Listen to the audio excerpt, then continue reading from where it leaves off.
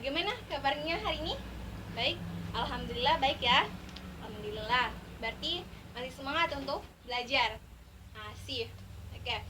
Eh, Sebelum memulai pembelajaran, sebaiknya kita berdoa dulu. Siapa ketua kelasnya? Oke, silahkan pimpin teman-temannya untuk berdoa.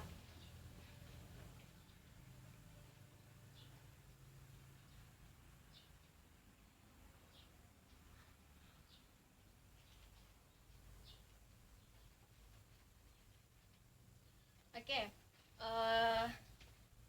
Sebelum saya mengabsen, kita perkenalan dulu. Mungkin sudah ada yang kenal sama saya? Belum ya? Belum. Oke. Sebagaimana pepatah yang mengatakan tak kenal maka ta'aruf, maka tak kenalan ya. Perkenalkan, nama saya Lala Nurfala dari Fakultas Tarbiyah dan Ilmu Keguruan, jurusan Pendidikan Agama Islam semester 3. Mungkin itu saja perkenalan singkat kita untuk hari ini. Berhubung waktu kita tidak banyak ya untuk sekarang, jadi itu saja. Kapan-kapan lagi kita bisa kenalan ya. Oke, sekarang absen ya kita. Saya mau absen. Oh ya, sebelumnya saya manggilnya apa? Saya manggilnya adik-adik ya, atau apa? Kakak-kakak, adik-adik ya. Oke, adik-adik. Nanti bisa manggil saya dengan sebutan kakak juga boleh. Siapa yang tidak hadir hari ini? Hadir semua, alhamdulillah ya. Ini jurusan agama.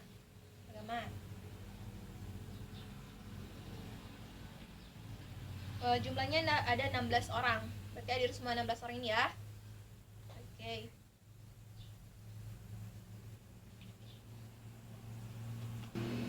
Nah, sebelum masuk ke materi, materi kali ini itu adalah peran kerajaan Islam di Nusantara.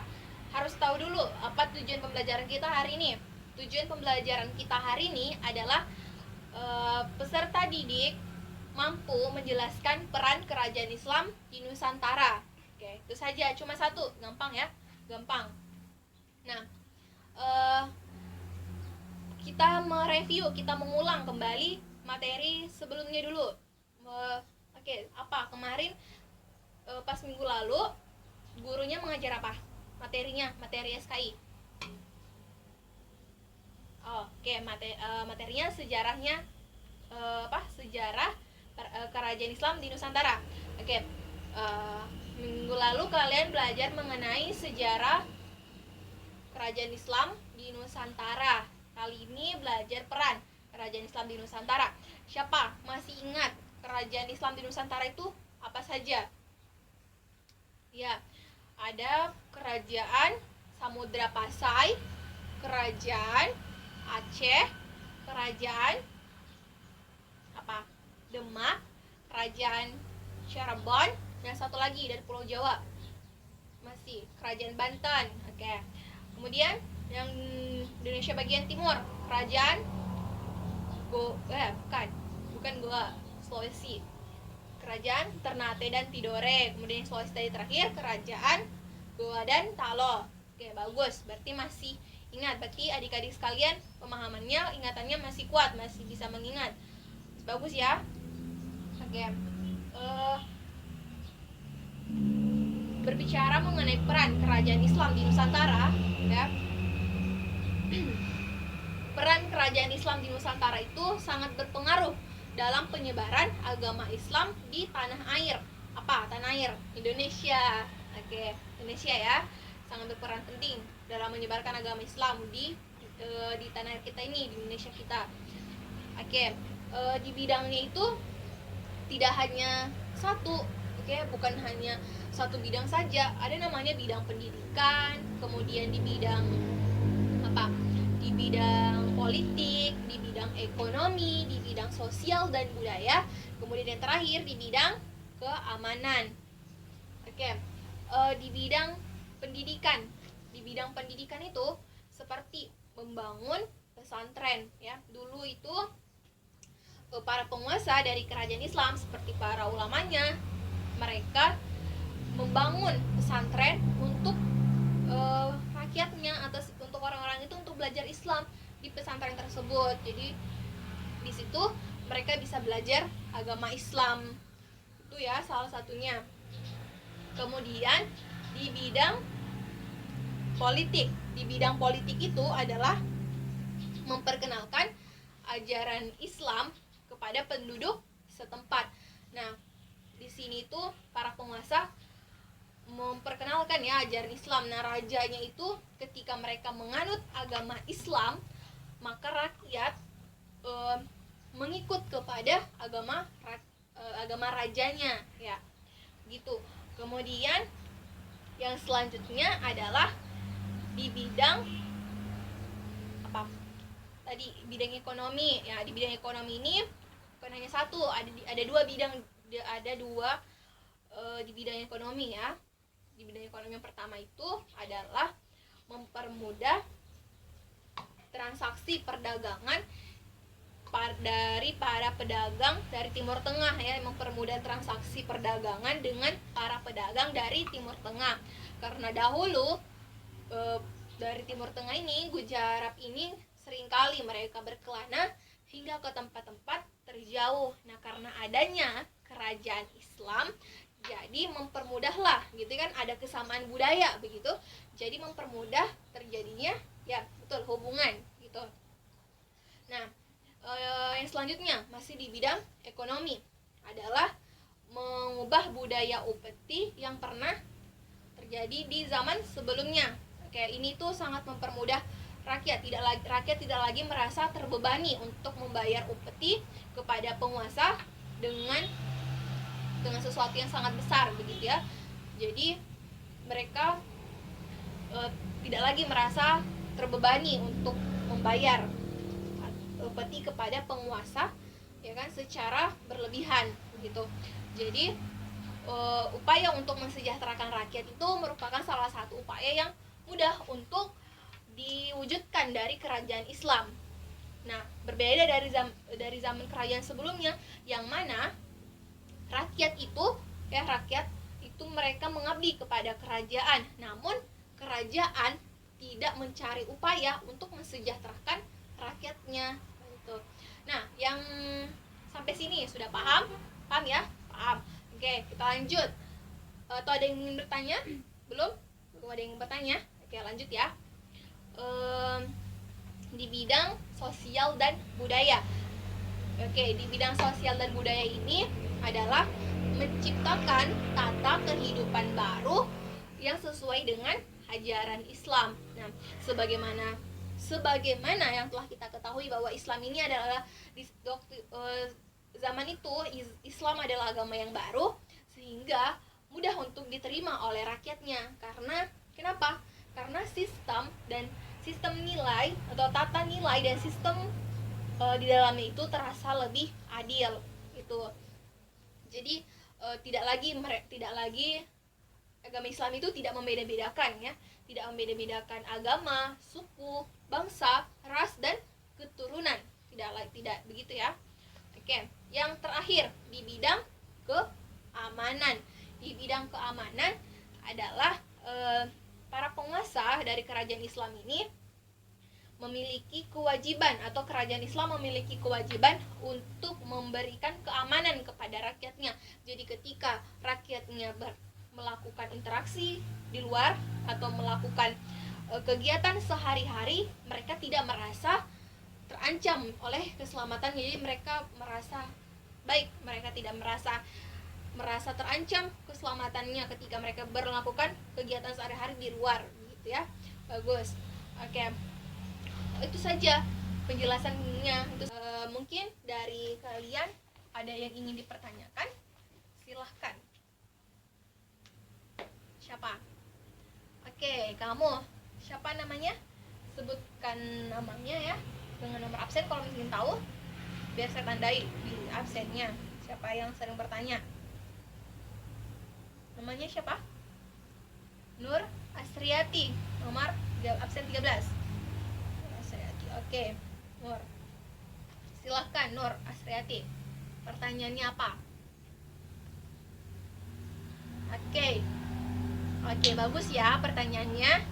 Yang mana pertanyaannya adalah kenapa raja begitu berpengaruh sehingga rakyat mengikuti agama dari raja tersebut gitu ya.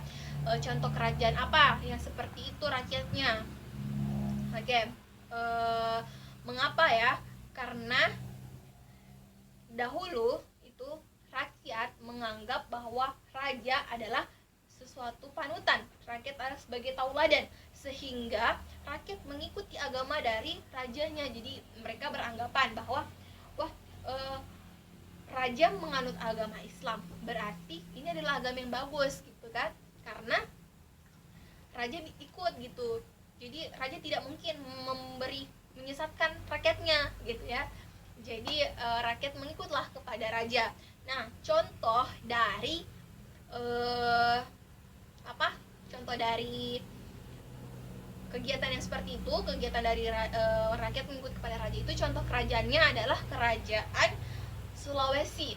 Nah, kan bisa lihat di Sulawesi itu kerajaan Goa dan Talo, kerajaan Sulawesi itu kebanyakan rakyatnya masuk agama Islam setelah rajanya terlebih dahulu menganut agama Islam. Begitu, bagaimana? Paham kan? Ya, begitu. Jadi mereka menganggap raja sebagai tauladan, sebagai panutan bagi mereka. Oke, siapa lagi yang ingin bertanya? Atau mungkin siapa? Sudah tidak ada. Oke, karena sudah tidak ada lagi yang bertanya, saya yang akan bertanya sama adik-adik sekalian. Kan untuk mewujudkan dari tujuan pembelajaran kita ya, supaya kalian bisa mengerti, bisa menjelaskan kembali apa saja peran dari kerajaan Islam di Nusantara. Oke, dari saya sebut dari absen ya. Sebut dari absen. Atas nama Ahmad Nur Hidayat, nomor absen pertama. Mana orangnya? Oke, yang di belakang. Silahkan Ahmad Nur Hidayat berdiri biar dilihat oleh teman-temannya. Oke. Ahmad, peran kerajaan Islam di Nusantara yang di bidang ekonomi. Ya, salah satunya saja. Kalau bisa dua-duanya, bagus, lebih bagus. Ya, bagus.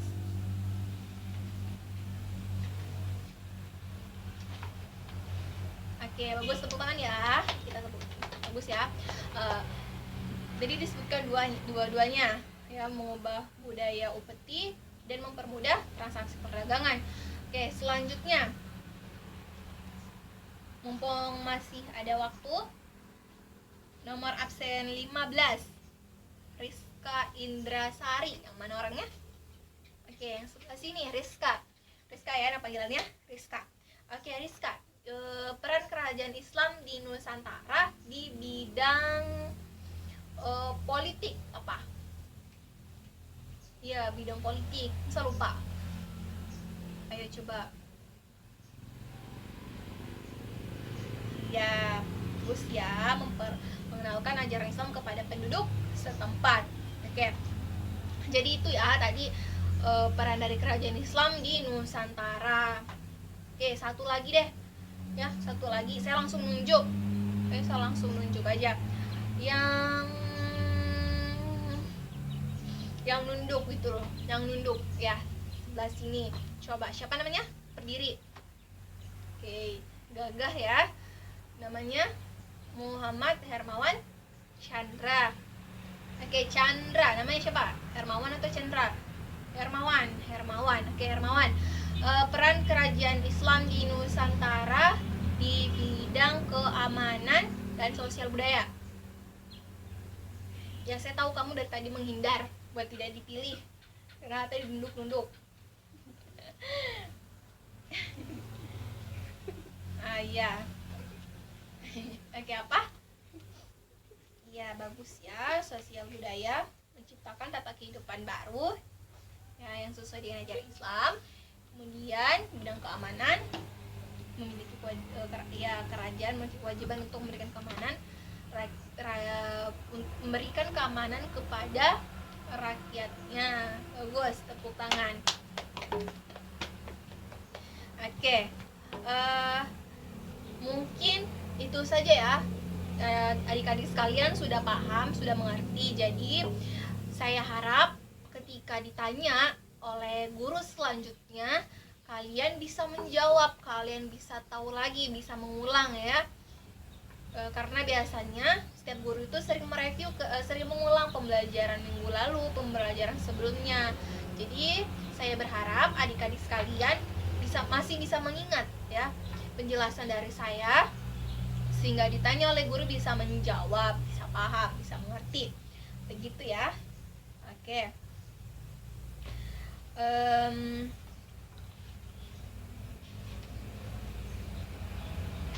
Karena tadi sudah ya teman-teman. Oke, karena adik-adik sekalian sudah paham ya, sudah mengerti kan, sudah nggak ada lagi mau ditanyakan, nggak ada. Oke, berhubung waktu kita juga sudah menghabis gitu ya. Oke, satu lagi, saya berharap kalian ketika bertemu saya di luar sana bisa menegur gitu ya, gitu, Kak, dulu pernah ngajar saya ya di kelas ini gitu ya. Ya, begitu, biar masih bisa menjalin silaturahmi antara kita ya. Bagus. Oke, mungkin itu saja ya dulu pembelajaran kita untuk hari ini. Saya akhiri dengan ucapan alhamdulillah.